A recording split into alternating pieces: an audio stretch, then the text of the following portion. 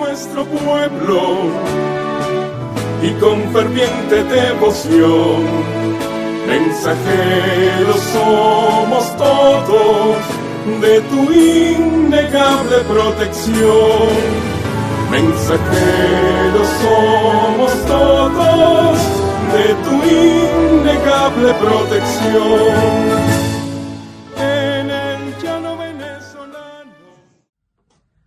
Un cordial saludo para todos desde el Apostolado Mundial de la Virgen de Coromoto. En nuestro encuentro bíblico de hoy vamos a hablar acerca de el rostro oculto de la mujer en la Biblia. Y lo vamos a hacer de la mano de la doctora Rebeca Cabrera Piñango. Ella es venezolana, mamá, abuela. Es licenciada en bioanálisis en la Universidad Central de Venezuela. Tiene una maestría en teología bíblica en la Universidad Católica Andrés Bello. Tiene un doctorado en el programa de Mujer, Escrituras y Comunicación en la Universidad de Sevilla, en España. Es docente del ITER, de la Universidad Católica y del Sobicaín. Este va a ser un encuentro por demás interesante, productivo, que va a dejarnos una serie de reflexiones de gran actualidad para nuestra vida diaria, ¿verdad? Entonces, no tenemos otra cosa que darle la bienvenida a la doctora Rebeca Cabrera. Somos todos oídos, doctora. Adelante.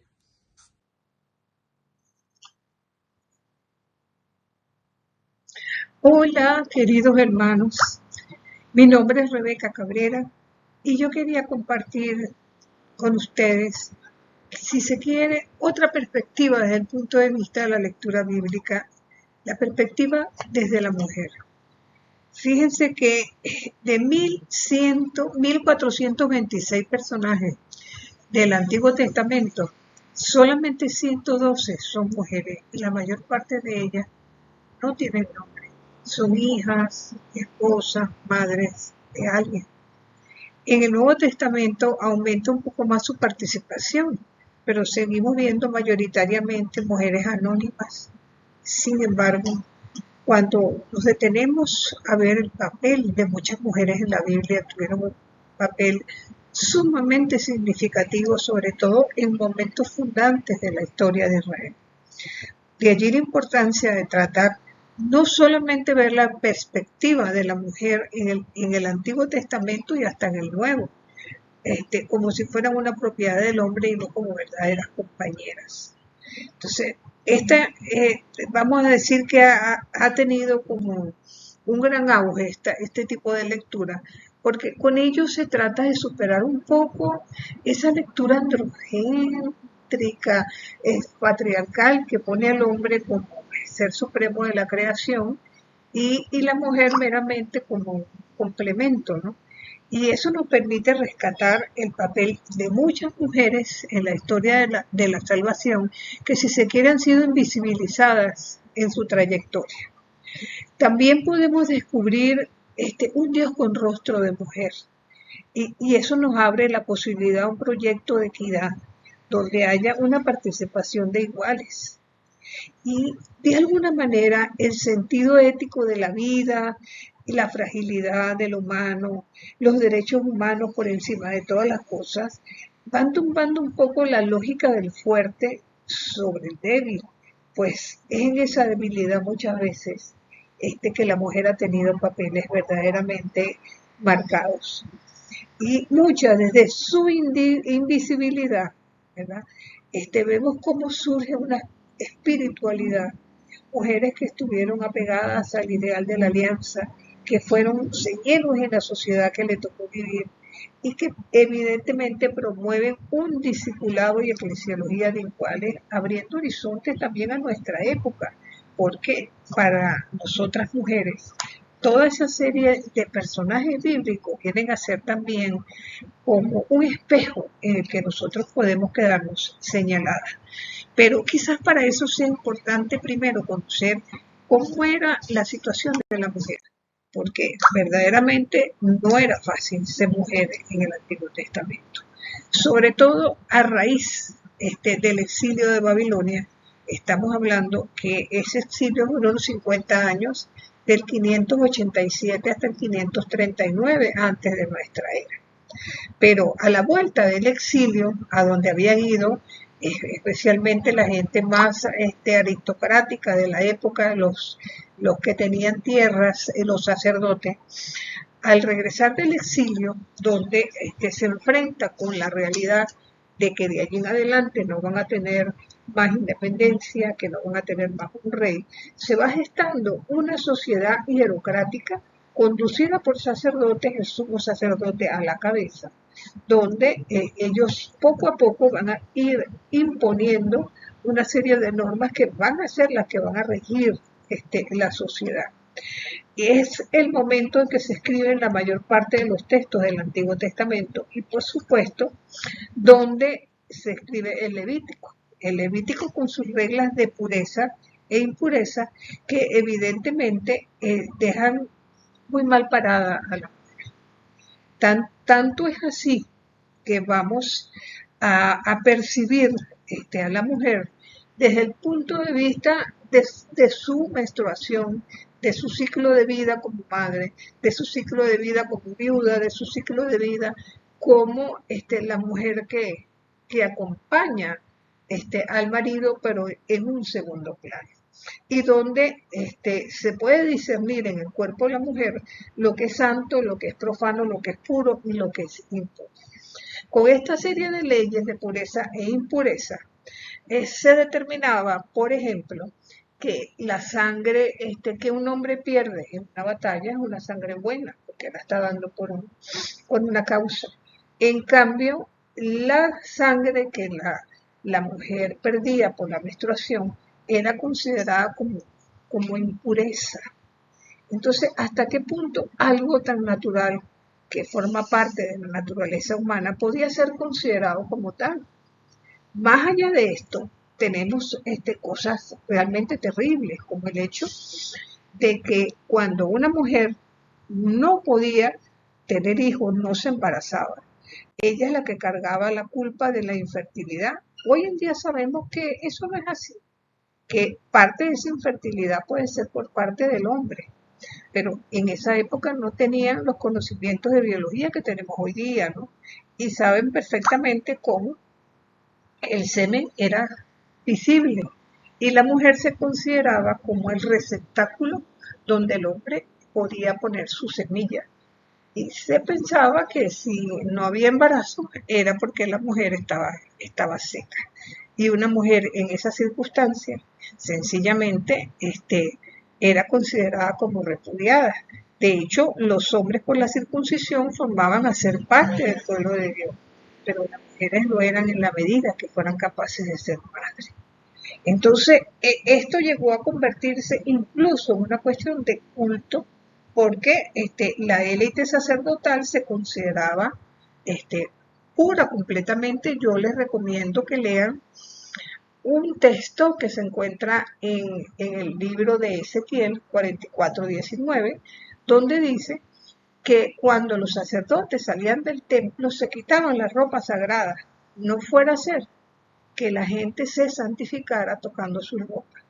O sea, había una separación abierta entre el sacerdocio y el pueblo. Y no solamente del sacerdocio, sino de aquella élite que se consideraba conocedora de todas las leyes, practicante completamente, mientras que el pueblo inculto, desconocedor de muchas leyes, 613 preceptos de estricto cumplimiento, entonces eran vistos sencillamente como gente pecadora.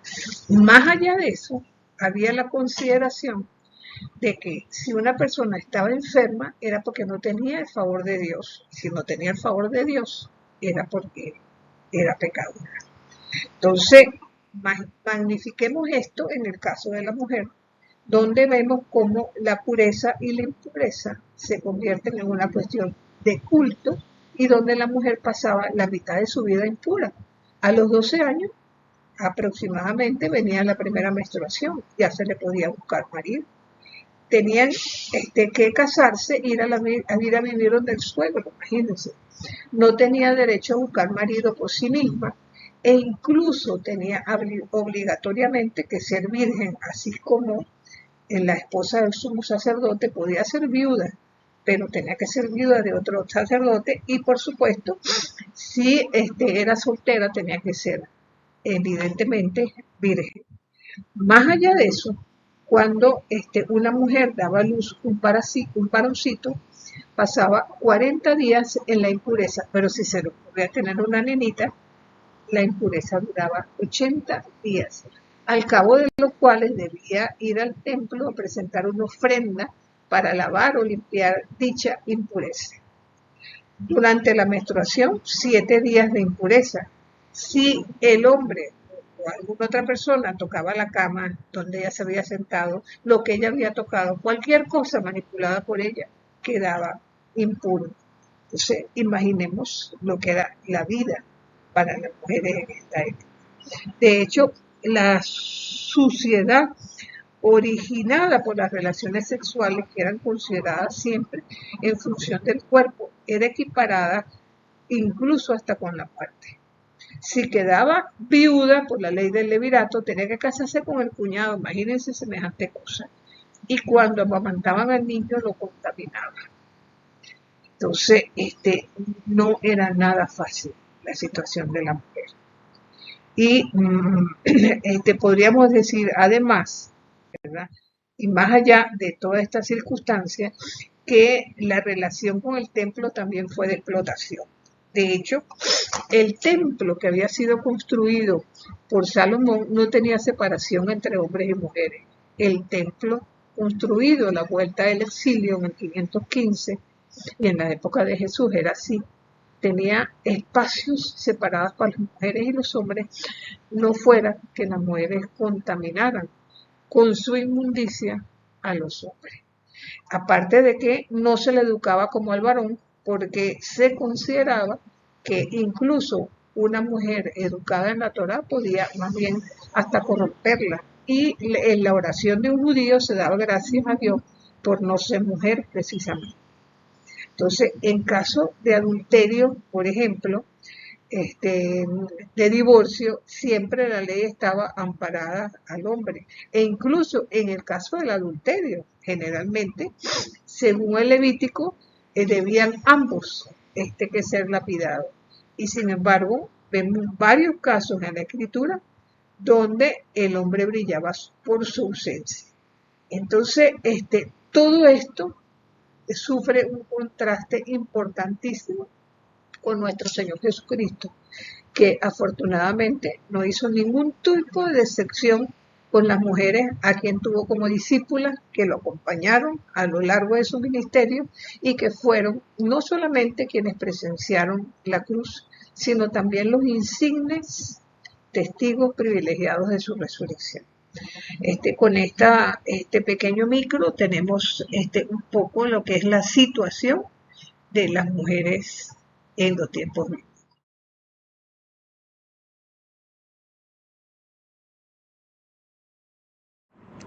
La Santísima Virgen María, y cómo en la tradición bíblica y teológica ella ha jugado un papel importantísimo, no solamente como madre de nuestro Señor, sino también como discípula, ¿no? Vemos cómo de una u otra forma Jesús de Nazaret fue un hombre excepcional, de quien la fe cristiana predica su condición divina y es presentado en los evangelios como alguien capaz de sufrir, angustiarse, enojarse o amar. En la vida de Jesús sobró el amor y él rompió todo tabú en su trato con las mujeres impuestos por la mentalidad de la época, en un momento en que la mentalidad del momento era que las mujeres eran, si se quiere, seres de segunda categoría, ¿verdad? Que estaban de alguna manera marcadas por las costumbres religiosas del momento, donde se les dispensaba de ciertas plegarias importantes y, si se quiere, vivió muchos estigmas. De alguna manera, Jesús no solamente vino a proclamar el reino, sino a establecerlo en medio de su pueblo. Pero en la Santísima Virgen, precisamente en ella, se gesta de modo concreto la nueva alianza y el orden de la relación entre Dios y la humanidad, cuya palabra divina se confía a María su fe obra el milagro, la coge, la gesta, la da luz al mundo y alumbra la esperanza escatológica. Por eso vamos a hacer un pequeño recorrido de María en el Evangelio de Marcos en un primer momento. Es en este Evangelio donde, si se quiere, la Virgen es menos mencionada. Probablemente por ser el primero que se escribió y le interesa es resaltar el origen mesiánico del Señor. Ella aparece en la cruz, en el capítulo 15, versículo 40, pero también aparece en 3:31 al 35 y en el capítulo 6, versículos 3 y 4. Porque una de las claves de entender este evangelio es la familia, y se nos cuenta que María aparece con sus parientes en una situación de conflicto porque van a buscar a Jesús para llevarla a casa porque creen que está un poquito loco. Nos situamos en el interior de una casa distinta a la que Jesús quiere ser conducido por su familia. Ellos están fuera, no entran a hablar con Jesús, porque Él está fundando una nueva familia, la familia mesiánica, que no es patriarcal, porque incluye al leproso o al publicano. Entonces, los hermanos de Jesús y su madre pueden entrar a la casa, pero para ello, ¿verdad?, tienen que hacer la voluntad de Dios. Podemos interpretar, y algunos lo han hecho así, como una ruptura con la familia judía, ¿verdad?, donde el padre es la máxima autoridad. También Mateo recoge este episodio, pero es menos duro que Marcos, porque no excluye la maternidad biológica, además de que María y parientes no están fuera de la casa con intenciones de llevárselo por locura. Así no es en el Evangelio de Mateo. Lo mismo pasa con Lucas, en el que desaparece toda dureza, digamos, en el trato. Por otra parte, esa madre es mencionada en los paralelos y de alguna manera es respetada por nuestro Señor, que de una u otra forma lo que quiere señalar, más que todo, que no es la condición biológica para Jesús lo que es importante, que eso era vital para un judío, ¿verdad?, sino una propuesta que pueda llegar a reinterpretar la figura materna en un contexto de una mayor resistencia. Ahora, en el Evangelio de Mateo también jugó María un papel decisivo en la madre, como madre de Jesús. Tenemos varios textos. Lo primero es considerar que Mateo nos presenta en el mismo capítulo 1 una genealogía de corte masculino, pero lo curioso es que nos muestra la línea genealógica de María, sino la de José. Lo que podemos entender a partir del derecho familiar judío, según el cual la descendencia tiene más que ver con lo legal que con lo biológico. Por ello Jesús es hijo de José, ¿verdad? Entonces, pero es bastante curioso, ¿verdad?, que en esta fórmula típica de que A engendró a B, B engendró a C, sucesivamente, se mencione, ¿verdad?, el verbo engendrar y dar a luz, y sea precisamente en relación con varias mujeres que aparecen en esta genealogía y que de alguna manera da a entender en un evangelio que, por cierto, está diseñado para judíos convertidos al cristianismo, cómo la maternidad de María es obra del Espíritu. Entonces, esto es particularmente importante. También en el mismo capítulo 1 se nos presenta a José como un varón justo. Y Mateo centra la narración en José. De hecho, después de Jesús, es el personaje más importante en el Evangelio de Mateo. El texto no aclara si María le comunicó a José el embarazo. Tenemos que suponer que sí.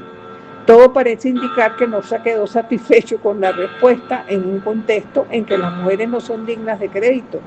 Entonces, de alguna manera, es el ángel quien salva, vamos a decir, con la intervención a través del sueño, la situación de que José quiera intervenir en el proyecto divino, reconociendo a Jesús como suyo legalmente.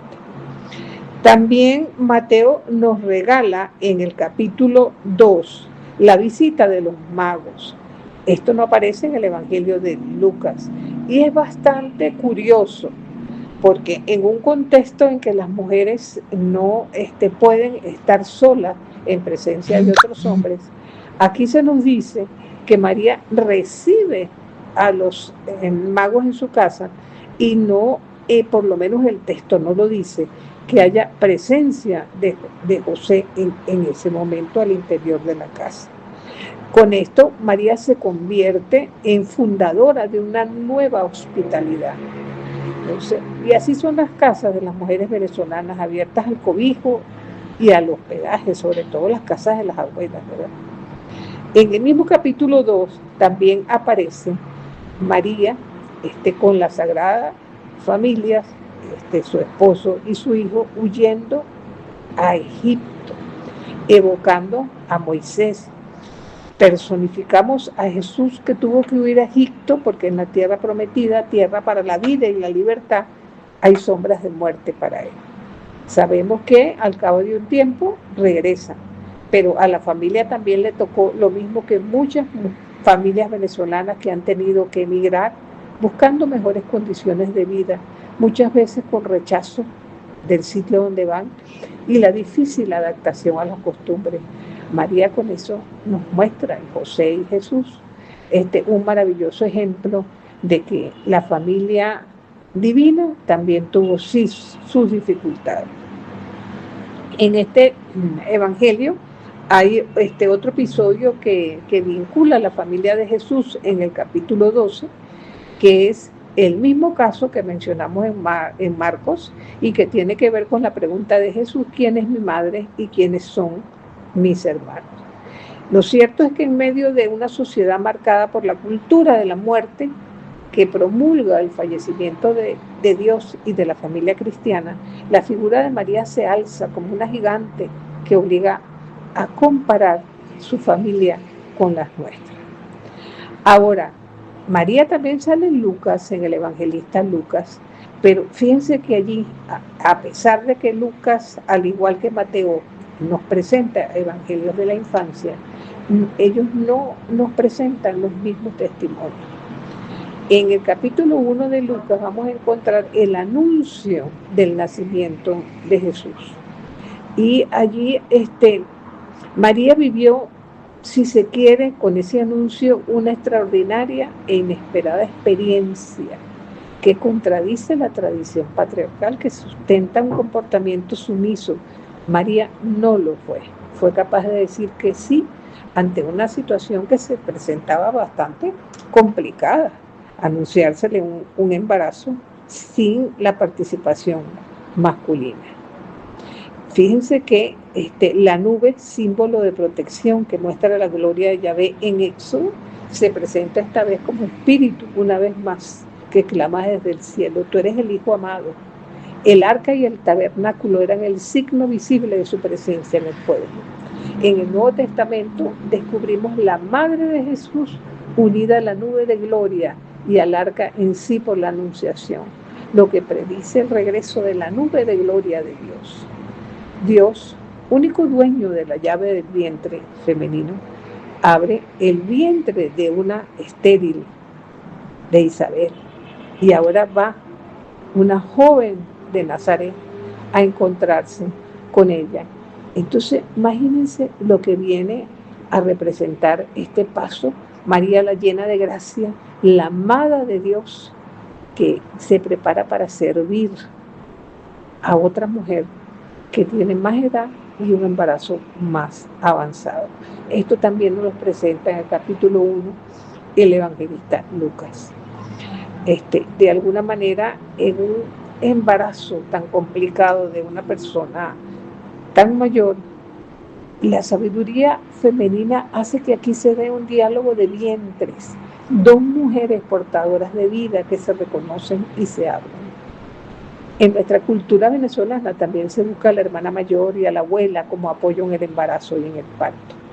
La bendición es normal en la cultura judía, pero la bienaventuranza, que es una forma de felicitación, significa dicha y felicidad. Y así lo llama Isabel. ante la humildad de María, recogiendo tradiciones y voces femeninas como la de Ana, Débora, Judith, que se releen y actualizan como palabras de mujer.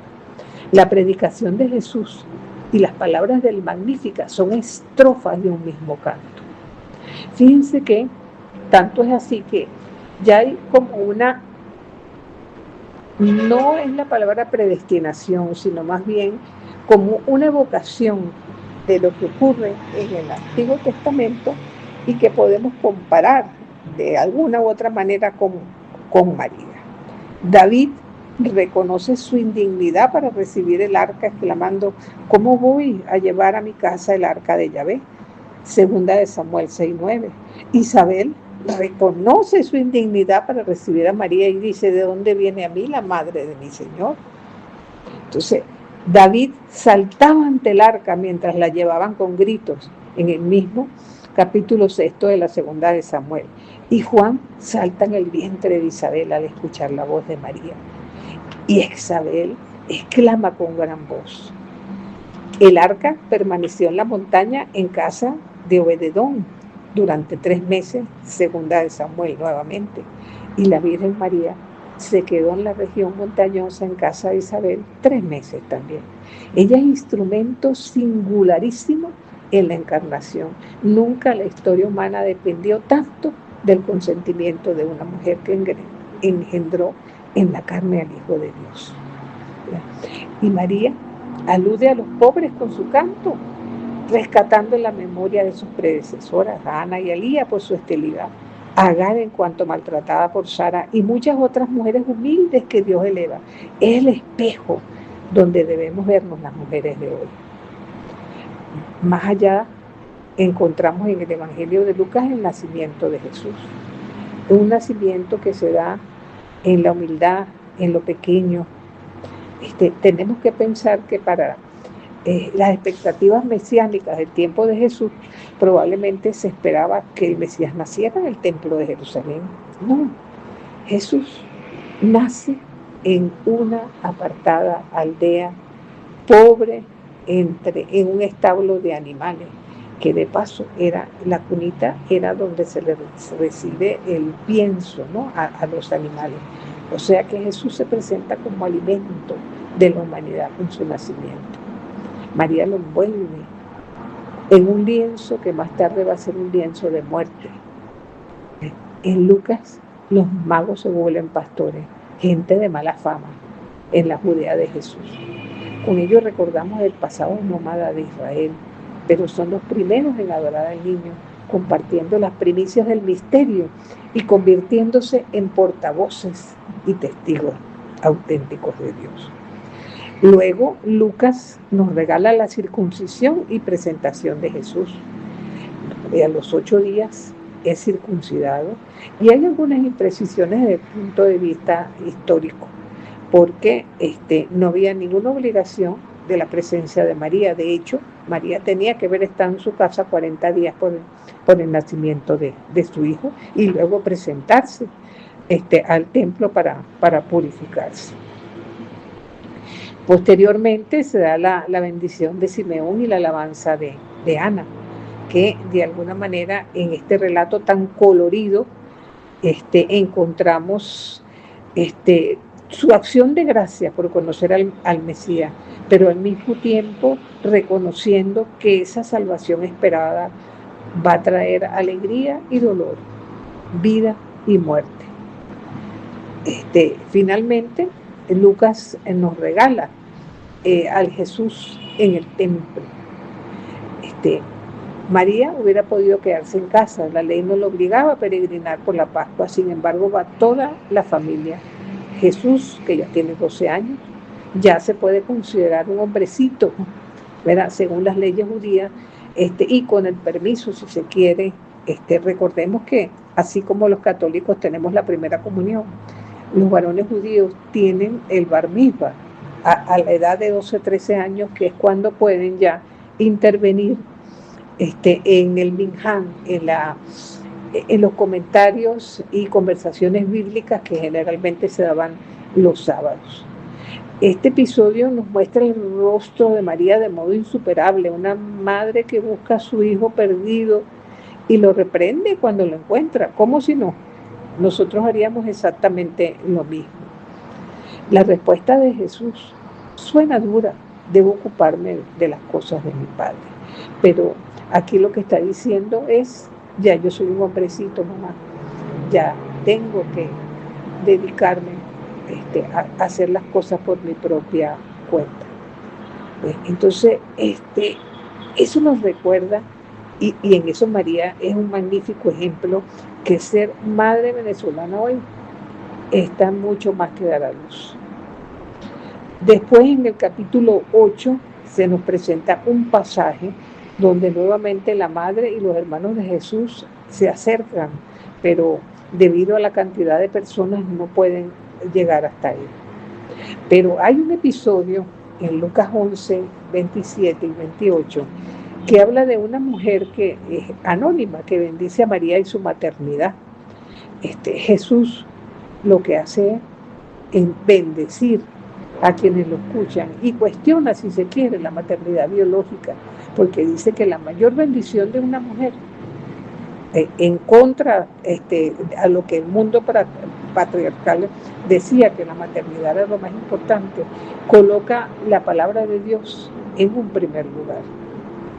Posteriormente vamos a ver a María con la comunidad de Jerusalén, ya del mismo autor de Lucas, pero en los Hechos de los Apóstoles, testigo de Pentecostés, madre de la iglesia y compañera de esa comunidad que está surgiendo a la luz de la proclamación del querigma y Pentecostés. También vemos a María en el Evangelio de Juan, evidentemente.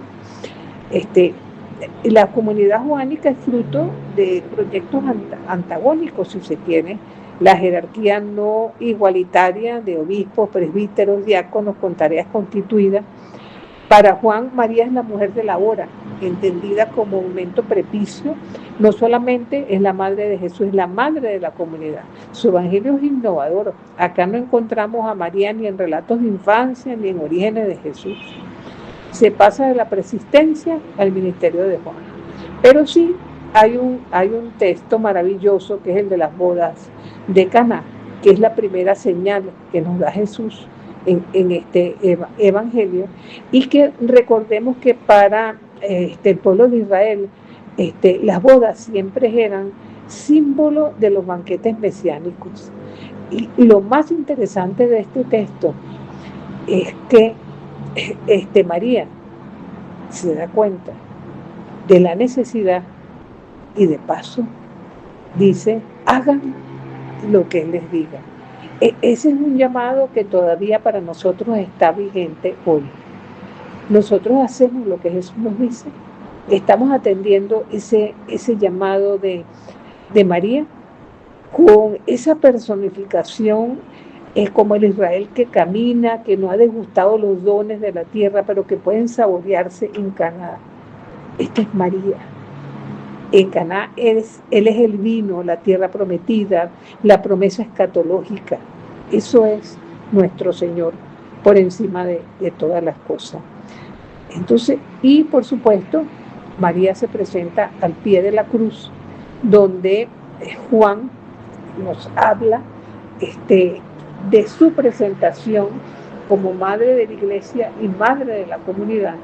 Y en Juan está representada esa comunidad que es la iglesia y que de una u otra manera conjuga la presencia, si se quiere, de esta mujer que tiene que ver sufrir a su hijo en la cruz y al mismo tiempo saber que su hijo le está dejando una tarea. Mamaita, tienes que ser la madre de esta comunidad que estoy dejando aquí. Entonces, eso nos muestra que ella es la personificación de la mujer creyente, de los cristianos de todos los tiempos que siguen en búsqueda. Se opone sí a María Magdalena, cuya búsqueda termina evidentemente con la resurrección. Vamos a encontrar también en el capítulo 12 del Apocalipsis la presencia de una mujer vestida de sol. que para muchos exégetas se trata de la prefiguración de la Santísima Virgen. Habría que ver si ya para este momento la devoción mariana era algo tan, vamos a decir, ya había llegado esa devoción al pueblo de esa forma. Quizás sí, quizás no. Hay discusiones de los exégetas en ese sentido. Pero lo interesante de todo esto es que la figura de María representa, por ser madre y creyente, un prisma maravilloso, una mujer en camino, modelo para hombres y mujeres, que nos acerca a Dios de manera privilegiada, gracias a ese diálogo profundo con Dios convertido en entrega. Es esencia de todas las mujeres, lugar de encuentro, compañera de viaje, con la que descubrimos en ese barro de los orígenes, un barro liberado, una sabiduría escondida y un testimonio de aquel que nos ha modelado con cuidado. Entonces, espero que ese recorrido que hemos hecho de María a través de la literatura bíblica nos ayude a respetar más su persona, a tener una gran devoción como intercesora, porque ¿quién mejor que una madre para interceder ante el Hijo?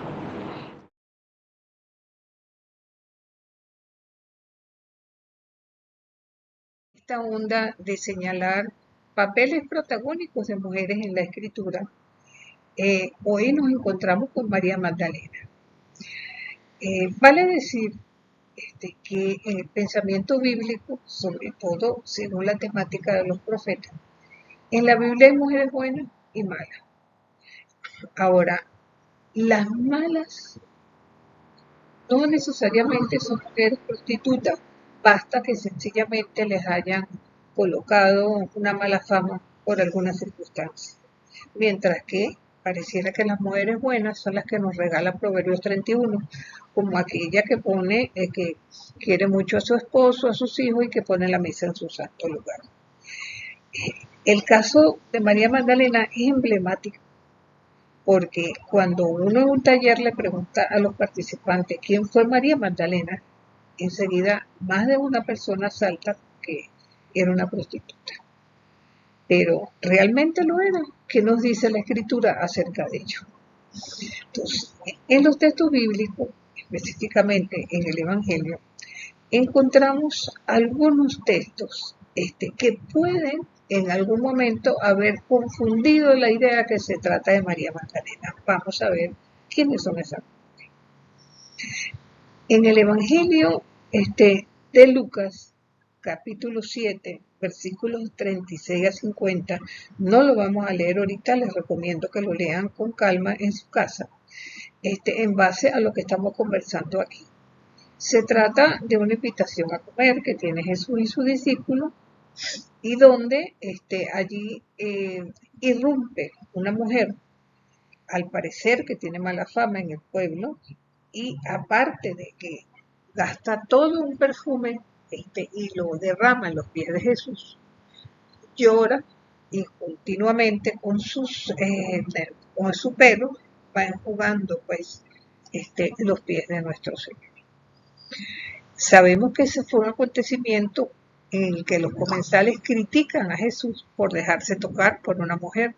No era común que un hombre se toque por una mujer, sobre todo con la idea siempre de que las mujeres podrían tener la menstruación y por ende estar contaminadas. Más una prostituta, con más razón, contaminaría a un hombre con solo tocarlo, ¿verdad?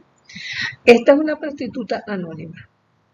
Después tenemos, ¿verdad?, otro texto que vamos a encontrar en 2 evangelios simultáneamente, en Marcos 14 y en Mateo 26, donde se presenta una mujer.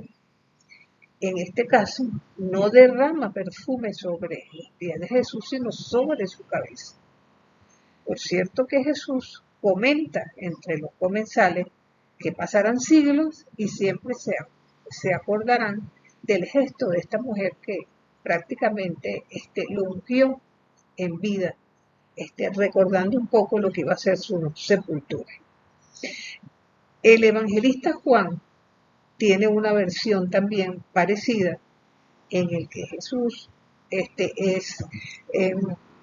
¿cómo se llama? Se conecta con esta mujer que también le va a derramar perfume en los pies. Pero en el Evangelio de Juan se dice que es María de Betania. Esta mujer sí está identificada y se dice que es la hermana de Lázaro. ¿Alguna de estas tres mujeres es María Magdalena? No. Vamos a observar que María Magdalena, aquí tienen estos textos en pantalla que les recomiendo leer, son textos donde María Magdalena es mencionada y diríamos con su nombre y apellido, por decirlo de alguna forma. Ahora, ¿por qué viene esta, digamos así, esta incertidumbre? En primer término, lo primero que se dice de María Magdalena, y eso lo encontramos en el Evangelio de Lucas, capítulo 8, versículos del 1 al 3, que había una serie de mujeres que acompañaron a Jesús desde Galilea, dan varios nombres acerca de ellas y mencionan a María Magdalena, de la que salieron 7 demonios. O sea que esta era una mujer endemoniada que es curada por Jesús. Ahora, el que sea endemoniada no quiere decir que sea prostituta, ¿no? Entonces, en el primer caso, que en alguna que otra ocasión la han confundido precisamente con Magdalena, fíjense que son los pies lavados con lágrimas y alabastro.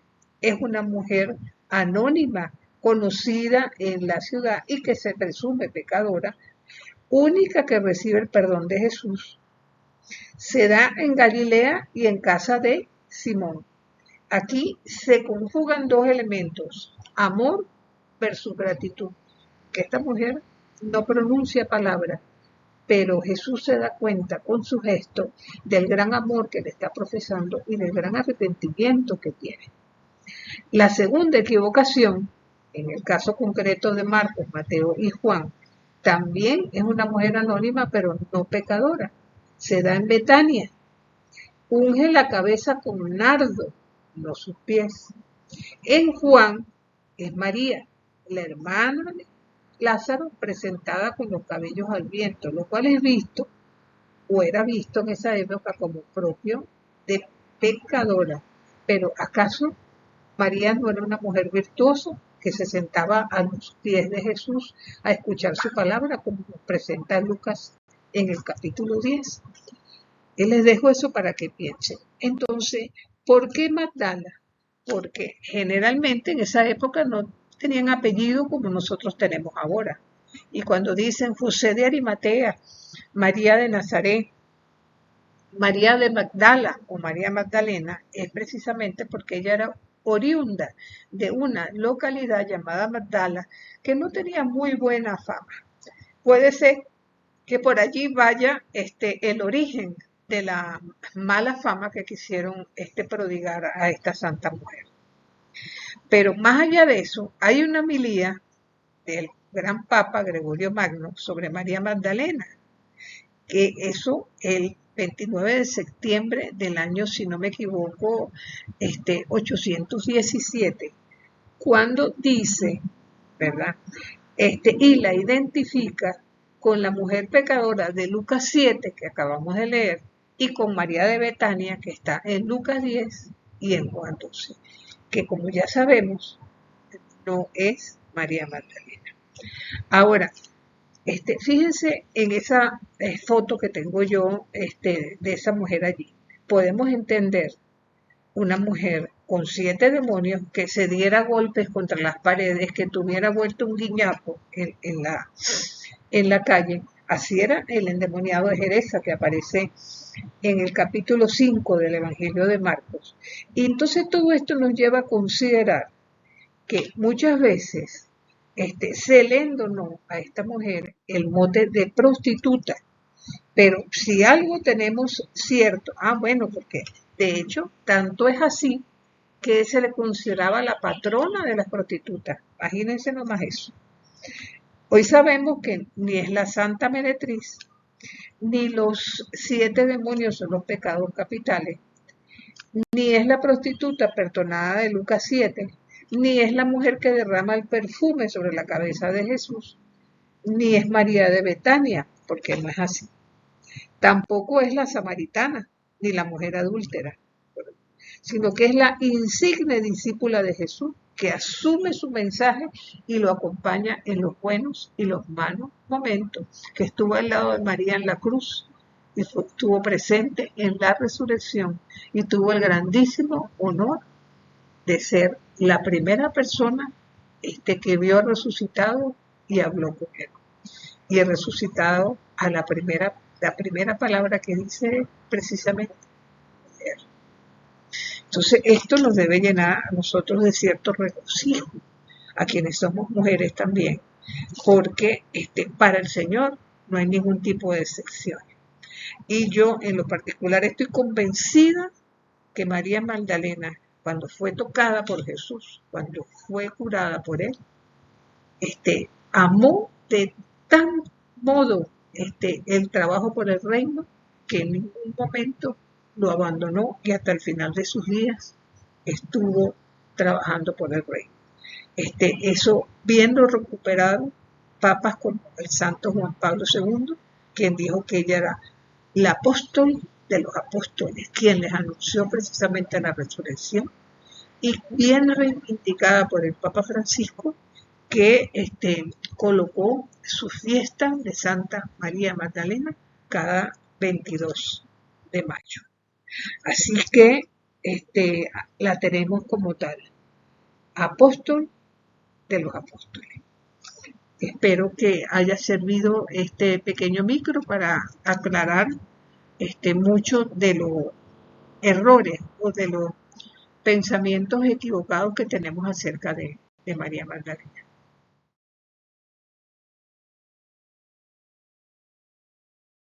Quería compartir un texto maravilloso porque nos muestra de manera especial esa humanidad de Jesús de Nazaret. Se trata de un milagro que vamos a encontrar en el Evangelio de Marcos capítulo 7, versículos 24 al 30. Y les leo.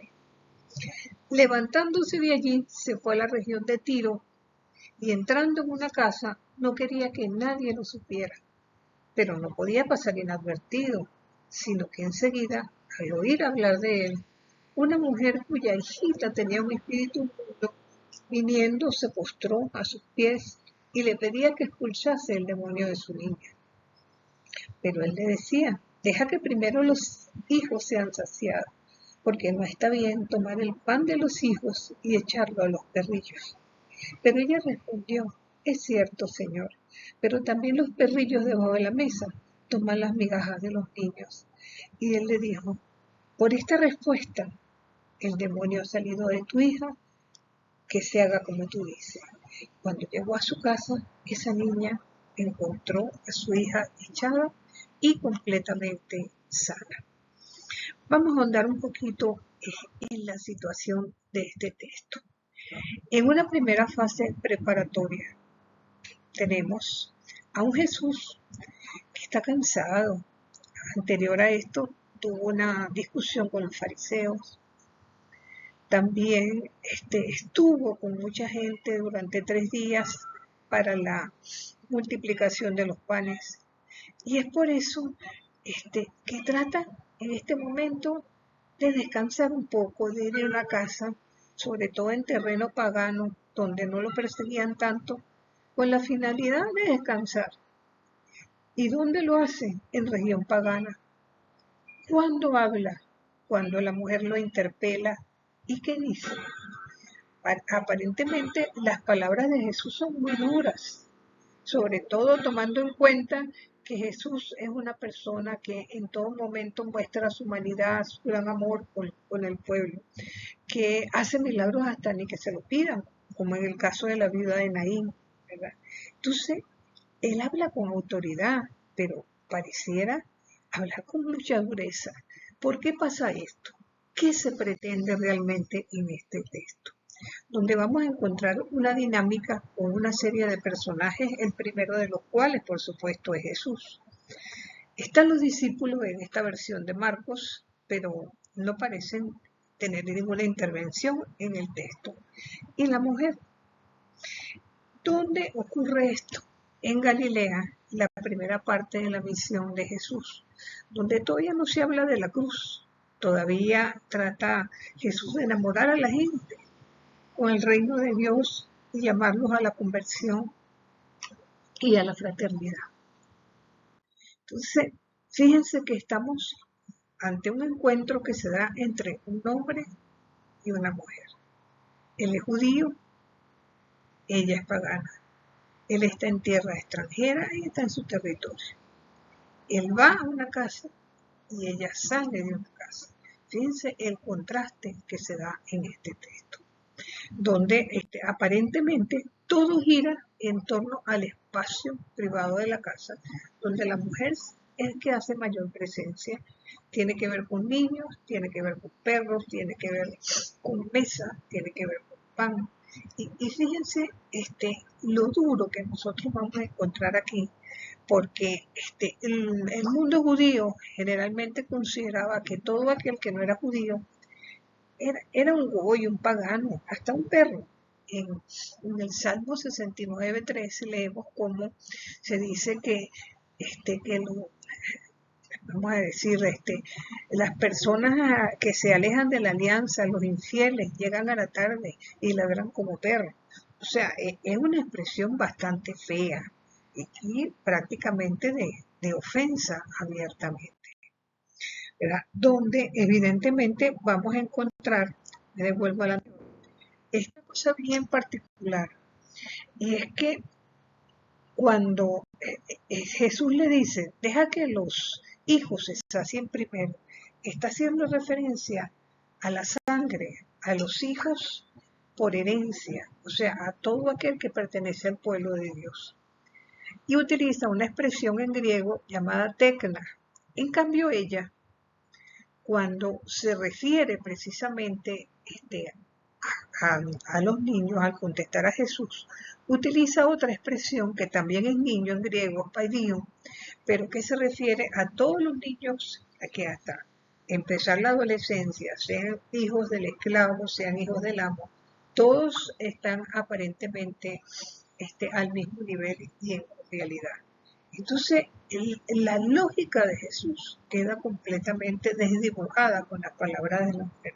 Tanto es así que es la única mujer en los evangelios cuyo milagro se realiza por palabra de mujer, como Jesús bien lo expresa, y se queda prácticamente abierto, no solamente a curar a la niña de esta mujer, sino a la inclusión de todos los paganos en la obra salvadora. En la lámina que ustedes están viendo, vemos cómo hay un verdadero contraste en esta mujer, porque ella funciona como una especie de bisagra, y ya vamos a explicar por qué. Anterior a este texto, en el contexto anterior, aparte de las discusiones sobre la pureza y la impureza, en diversos aspectos vamos a encontrar una primera multiplicación de los panes, donde sobran 12 canastos. Cada vez que hacemos acotación del número 12, estamos haciendo referencia al pueblo de Israel. Luego, inmediatamente del relato de la Sirofenicia, vamos a encontrar, siguen las discusiones, por supuesto, pero hay una segunda multiplicación de los panes en el capítulo 8, donde van a sobrar 7 canastas. Cada vez que abrimos el número 7, nos encontramos con la idea de universalidad. O sea, que este texto sirve como una especie de bisagra entre la salvación entendida como exclusiva para el pueblo de Israel y la salvación entendida para toda la humanidad. Y es gracias a este maravilloso relato que se pone en consonancia la importancia de verlo desde este punto de vista. Siempre es bueno, por otra parte, cuando estudiamos un texto bíblico, ver si es el único relato que encontramos en la Biblia o si por el contrario hay algún texto en paralelo. Este mismo texto lo encontramos en el Evangelio de Mateo, en el capítulo 15. pero a diferencia del anterior, no la mencionan como Sirofenicia. Es una mujer que clamando a Jesús lo llama hijo de David. Aquí sí hay intervención de los discípulos, específicamente en el versículo 23, donde obedeciendo al contexto de la época en el que los hombres no le hablaban mucho a las mujeres, le dicen a Jesús, despacha lo que está gritando detrás de nosotros. Entonces, de alguna manera, cuando Jesús en este relato habla de la casa de Israel, está haciendo la misma acotación de los hijos que encontramos en el Evangelio de Marcos, ¿verdad? Y de alguna manera, la inclusión de los paganos en la mesa del amo es una realidad a partir de este maravilloso texto, que evidentemente siempre tenemos que tratar de llevar a nuestra realidad, de qué manera nosotros podemos actualizarlo, ¿no? ¿Qué es lo que el texto nos dice realmente? ¿Qué frutos podemos nosotros llevar a la comunidad leyendo este texto? ¿De qué tenemos nosotros que deslastrarnos? ¿De qué tipo de xenofobia, de qué tipo de inclusión, de qué tipo de sentimientos en contra de otras personas tenemos que ir dejando de lado? ¿A qué nos sentimos llamados? ¿Verdad? ¿Qué tipo de problemáticas de ese tipo están en nuestra sociedad? Algo verdaderamente importante en estos días, porque si algo nos ha tocado a los venezolanos es el problema de la migración, donde prácticamente casi 8 millones de nuestros, vamos a decir, de nuestros hermanos venezolanos se han ido del país. ¿Qué familia no tiene familiares o amigos que han tenido que irse? Entonces, todo esto nos lleva también a ver el problema de la inclusión como algo verdaderamente interesante y cómo en nuestras comunidades podemos promover todos los tipos de inclusiones posibles, ¿no? Entonces, quedándonos un poco con la imagen de la mesa para todos, ¿a qué nos compromete eso? ¿Qué criterios son los que tenemos que seguir en nuestras comunidades para que seamos realmente abiertos a todo? Entonces, con este breve mensaje quería compartir este texto con ustedes, que espero Dios mediante podamos seguir haciendo otros micros que les sirvan de ayuda para su vivencia pastoral y sobre todo para ir creciendo juntos en la fe.